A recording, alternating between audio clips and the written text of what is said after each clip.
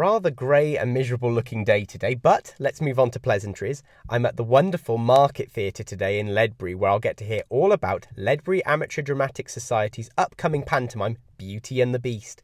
And who better to tell me what's in store for this year's pantomime than the phenomenal Katisha Harris. Hello, Katisha. Do I call you Katisha or... Katisha or Tish. Tish. Either Love works. it. Love it. There we go. So, Tish.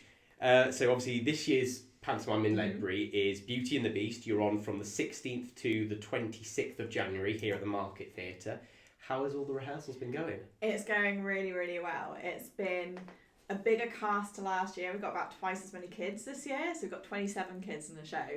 And it's just been a blast. It's been so much fun. They've been picking things up really, really quickly. We're on our Christmas break at the minute. But I think we've got about 7 rehearsals when we get back. And then it is pretty much showtime. So yeah, it's going really, really well. Well, that sounds really good. So you just come back, have a little recap of it all, and then it's showtime.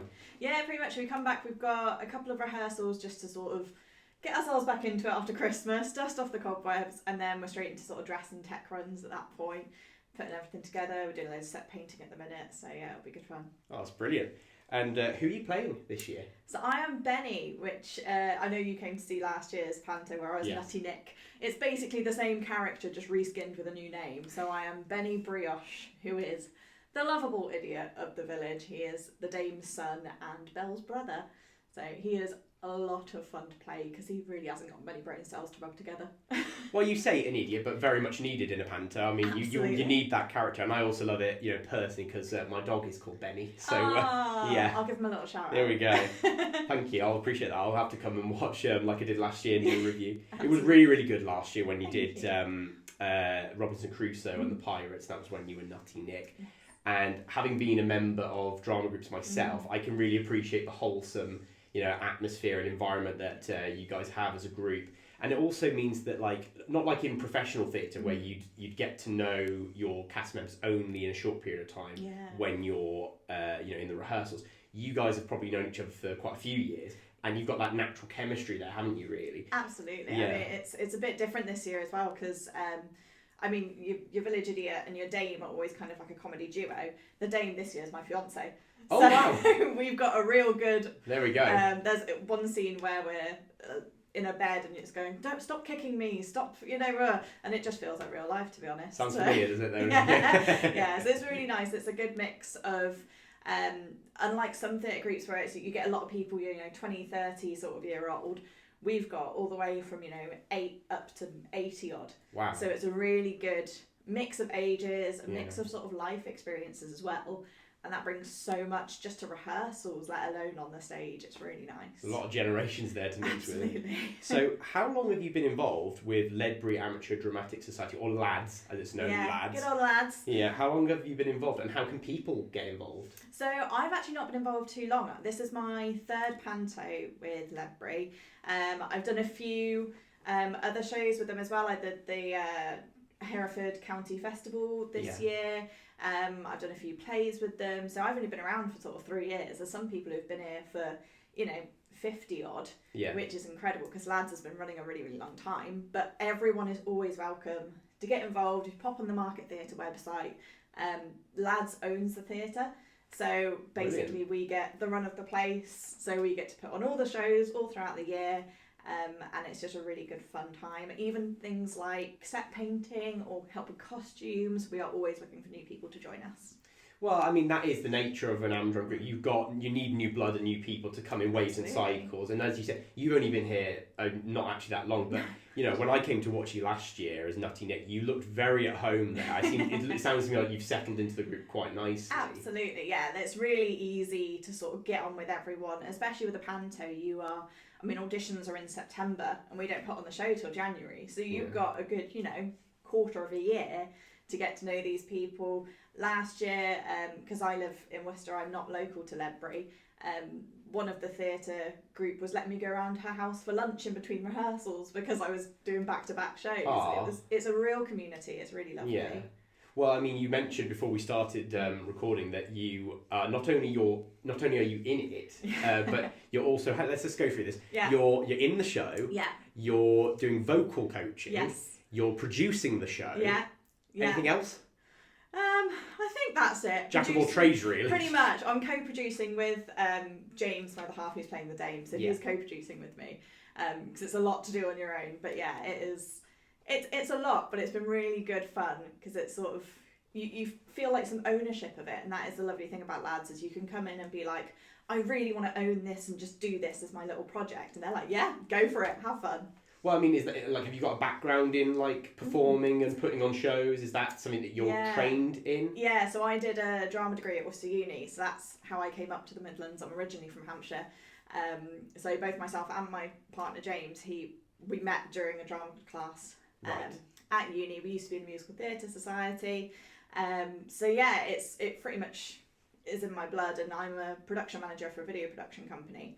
So producing and doing that sort of thing, getting people in the right places at the right times it's kind of my wheelhouse. So it's good fun. Well, it's come in handy for all these guys because you need to have something just for you in your spare time because this is obviously a drama group. It's really for people to just come and be a part of the big family and put on a good show and just have fun, ultimately. Yeah, definitely. I mean, I'm the sort of person that I can't just sit at home twiddling my thumbs. No.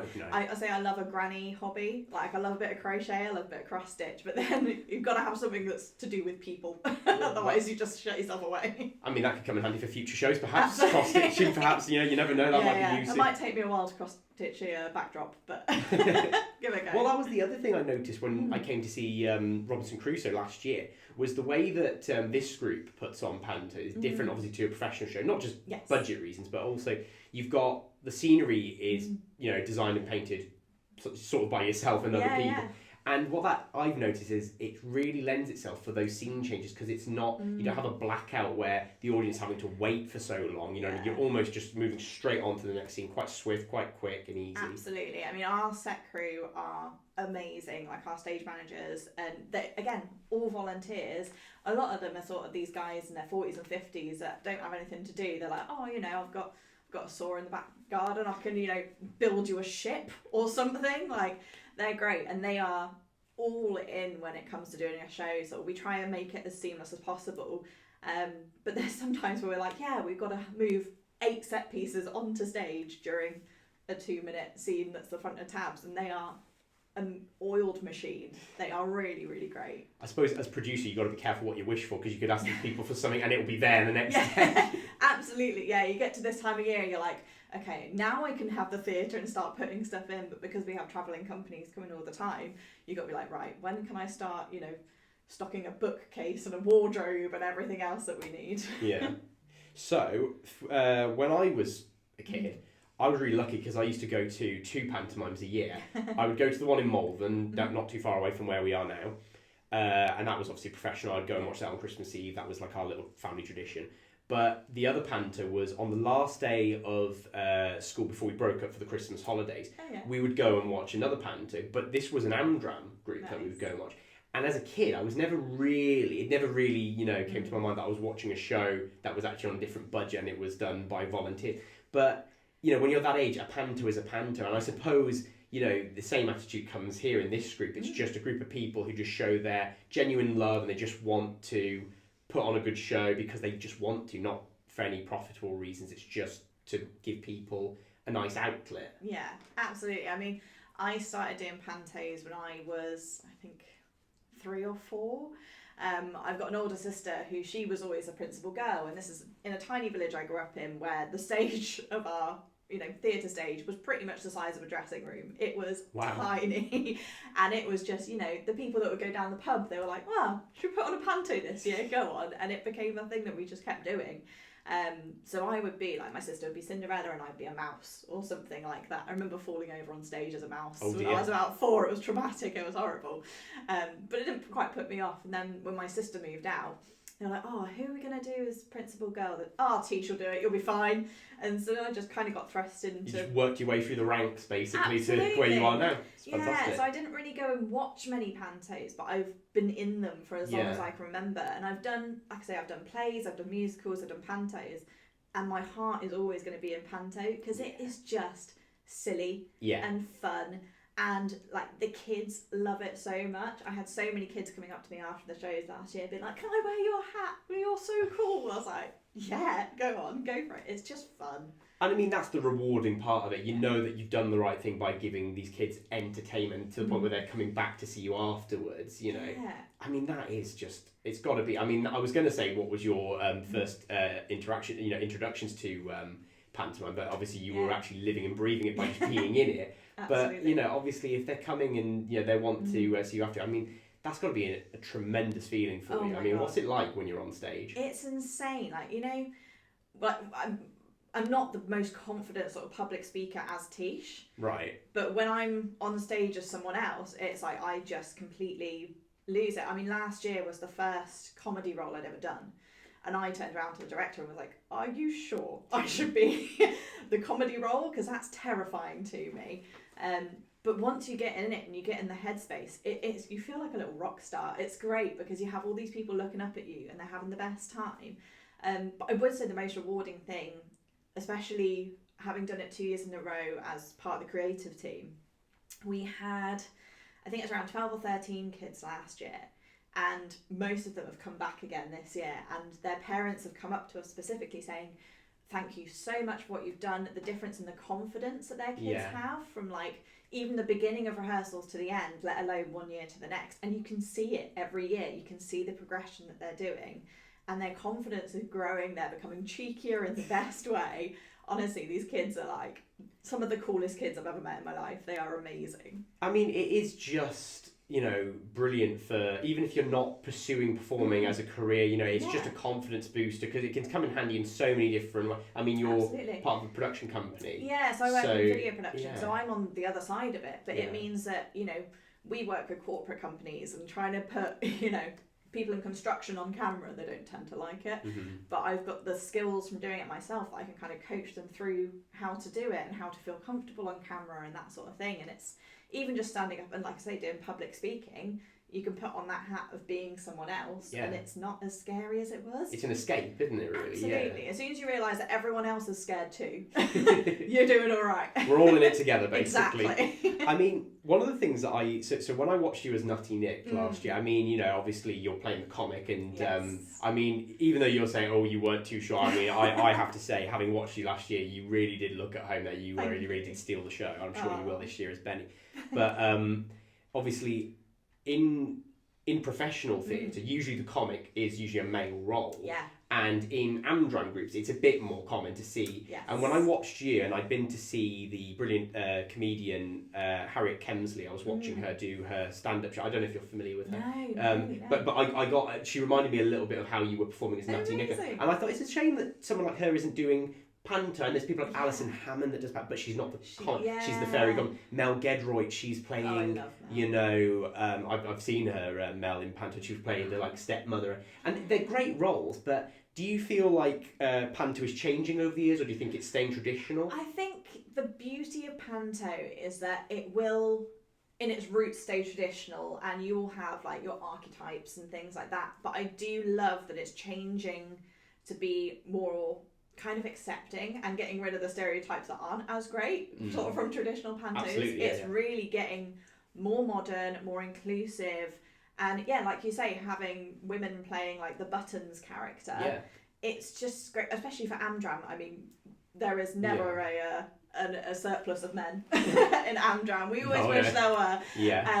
So you kind of have to step up and just do it, and having that opening. I mean, we said when we were casting this year, we're like, you know, anyone can go for anything. We are not drawing any lines on anything. I know that Bromyard did a production of Shrek the musical this year and had a drag queen as the dragon. Oh wow. And it was incredible. It was so good. Nice and different. Absolutely. And things like that keep theatre alive. Absolutely. It's doing something different but keeping the heart of what the production's about. So I think it's changing in the right ways. Yeah, well, I mean, you know, as long as you're keeping those classic Panto routines that people are waiting for, like the ghost on the bench routine, or the baking scene flower. I'm hinting at you know, you last year because you definitely got your money's worth with that flower. Yeah, well, I made really good friends with the stagehands, as I do every year, and they were the ones filling up how much flour was in the pipe that was going to get squirted all on my face. and every show it got more. They clogged it on one show and it wouldn't work because they put too much flour in it. So they were really trying to have me over on it. Yeah, there's one show, me and John, who was playing the Dane, ended up throwing flour in each other's faces because it didn't work. But Well, that's live theatre. Lawless, anything goes really. So, on that note, reflecting on these routines that we could be expecting, what can we expect to see in this year's Panto Beauty and the Beast? It is such a great script. I mean, we read so many scripts this year when we were trying to decide what to put on, trying to make it something that we haven't really seen recently. So Beauty and the Beast was a perfect pick. And Hetty, our director, loves the story of Beauty and the Beast. So that was sort of a no-brainer. But it is so silly, so funny. We've got some slightly messier things again this year. We are still in talks of how messy it's going to get because you've got to keep health and safety in mind. But there's so many songs, so amazing dances. It's just really fun. So many dad jokes and a lot of bread puns. Oh, wow. That is the big thing. So our dame is Betty Brioche. I am Benny Brioche. We have Belle Brioche. The Brioche family has a lot of bread. Well, we'll look forward to seeing all that as we well. I'm definitely going to be coming along to see it like I did last year because I did enjoy it so much. So on that note, Katisha, how can people get tickets to see the Ledbury pantomime Beauty and the Beast? So just pop on the Market Theatre website. It's really easy to use. There's also a telephone line as well if you want to ring up and buy tickets that way. We have sold well over half the tickets now. Some of the shows are nearly sold out. Oh, wow. So you want to get in there quick. But it will be an amazing show. And each night you come, it will probably be a little bit different because it's Panto when that happens. Well, I mean, you're on from, the 16th to the 26th of January. That's a long run. You've got a lot of chances to come and watch. Yeah, so we've got 2 weekends, so Thursday through to Sunday, with a double show on a Saturday. So, 10 shows in total.